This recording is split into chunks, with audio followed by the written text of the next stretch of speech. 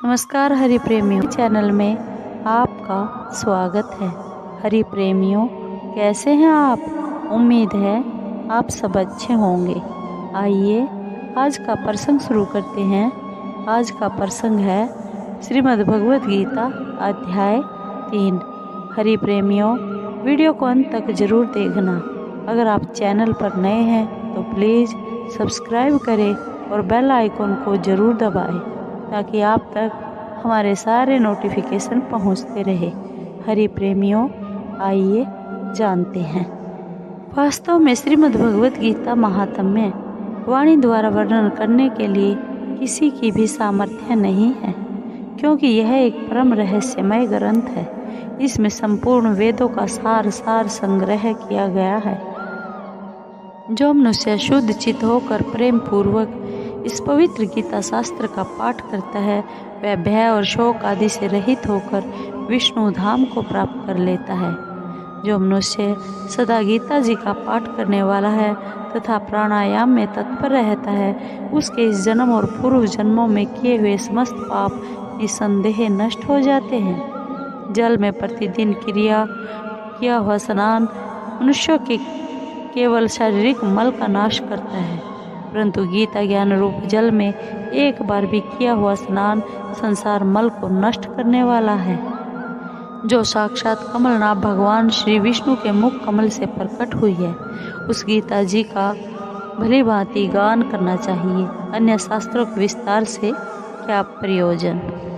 जो महाभारत का अमृतोपम सार है तथा जो भगवान श्री कृष्ण के मुख से प्रकट हुआ है, उस गीता रूप गंगा जल को भी पी लेने पर पुनः इस संसार में जन्म नहीं लेना पड़ता। आइए सुनते हैं गीता अध्याय 3।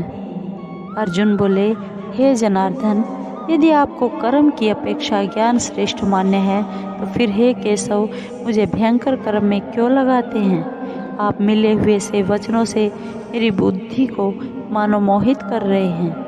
इसलिए उस एक बात को निश्चित करके कहिए जिसमें मैं कल्याण को प्राप्त हो जाऊं।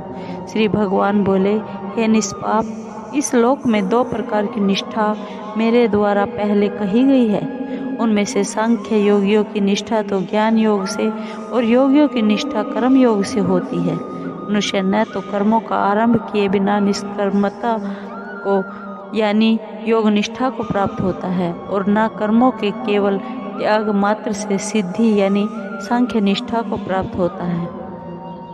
निसंदेह कोई भी मनुष्य किसी भी काल में क्षण मात्र भी बिना कर्म किए नहीं रहता, क्योंकि सारा मनुष्य समुदाय प्रकृति जनित गुणों द्वारा परवश हुआ कर्म करने के लिए बाध्य किया जाता है। जो मूढ़ बुद्धि मनुष्य समस्त इंद्रियों को हठपूर्वक ऊपर से रोककर मन से उन इंद्रियों के विषयों का चिंतन करता रहता है, वह मिथ्याचारी अर्थात दंभी कहा जाता है। किंतु हे अर्जुन, जो पुरुष मन से इंद्रियों को वश में करके अनासक्त हुआ समस्त इंद्रियों द्वारा कर्म योग का आचरण करता है, वही श्रेष्ठ है। तो शास्त्र विहित कर्तव्य कर्म कर, क्योंकि कर्म न करने की अपेक्षा कर्म करना श्रेष्ठ है तथा कर्म न करने से तेरा शरीर निर्वाह भी नहीं सिद्ध होगा। यज्ञ के निमित्त किए जाने वाले कर्मों से अतिरिक्त दूसरे कर्मों में लगा हुआ ही यह मनुष्य समुदाय कर्मों से बंधता है।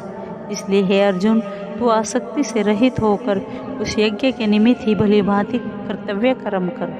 प्रजापति ब्रह्मा ने कल्प के आदि में यज्ञ सहित प्रजाओं को रचकर उनसे कहा कि तुम लोग इस यज्ञ के द्वारा वृद्धि को प्राप्त हो और यह यज्ञ तुम लोगों को इच्छित भोग प्रदान करने वाला हो।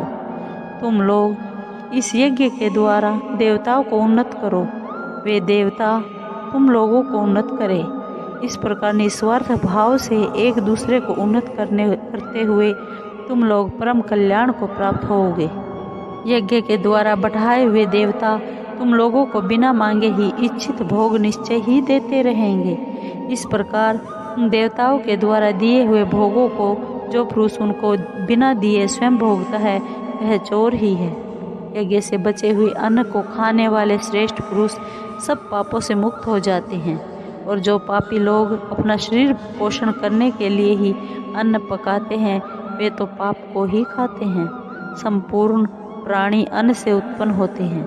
अन्न की उत्पत्ति वृष्टि से होती है, वृष्टि यज्ञ से होती है और यज्ञ विहित कर्मों से उत्पन्न होने वाला है। कर्म समुदाय को तू वेद से उत्पन्न और वेद को अविनाशी परमात्मा से उत्पन्न हुआ जान। इसे सिद्ध होता है कि सर्वव्यापी परम अक्षर परमात्मा सदा ही यज्ञ में प्रतिष्ठित है।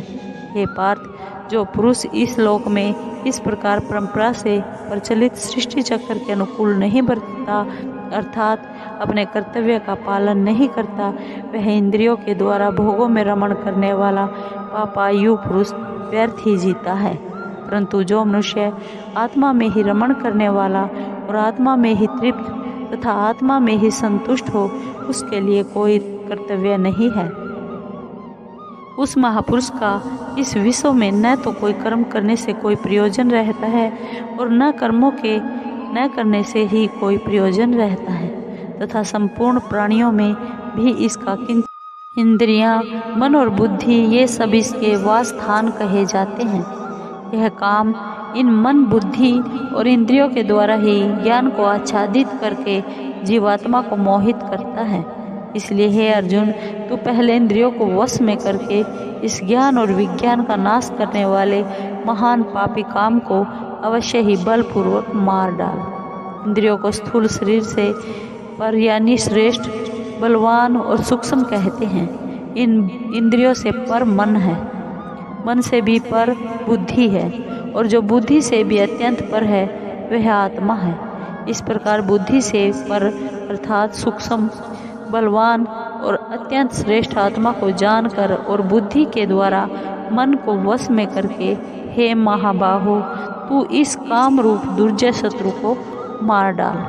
हरि प्रेमियों, आपको ये वीडियो कैसी लगी? अगर आपको वीडियो अच्छी लगी हो तो प्लीज़ लाइक कीजिए, शेयर कीजिए, सब्सक्राइब कीजिए और कमेंट ज़रूर कीजिए। जय श्री कृष्ण।